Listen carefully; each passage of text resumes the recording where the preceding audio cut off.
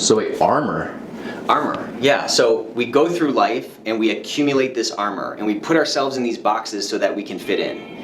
And over time, you end up really starting to feel hollow because that's not the real you.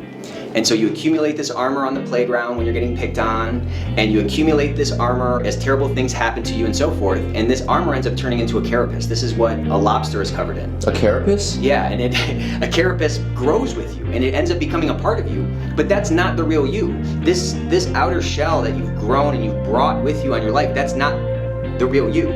Think of the closest relationships you have in your life, whether it's with your brother or with your family or with your best friend or whoever that is. They know the real you inside of this facade that you end up bringing to work or to these social situations or to these other places. And this, you need to just ask yourself, is this even serving me anymore? Yes, when you were young on the playground, you needed to build this up because you were getting bullied. Well, are you getting bullied anymore, or are you really carrying around a bunch of armor that's not serving you? So, what I'm talking about is trying to create an environment that we as compliance, ethics, HR professionals can reinforce in the cultures that we're able to affect by creating safe places for people to drop that armor and let their authentic selves out.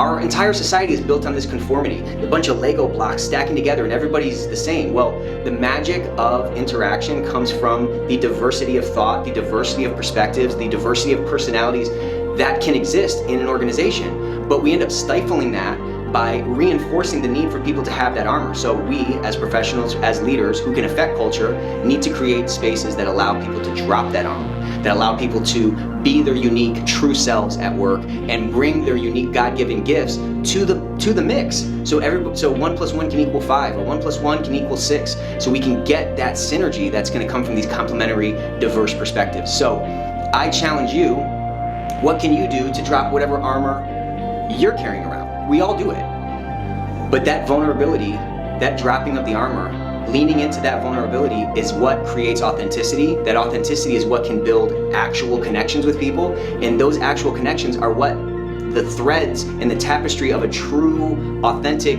culture can be.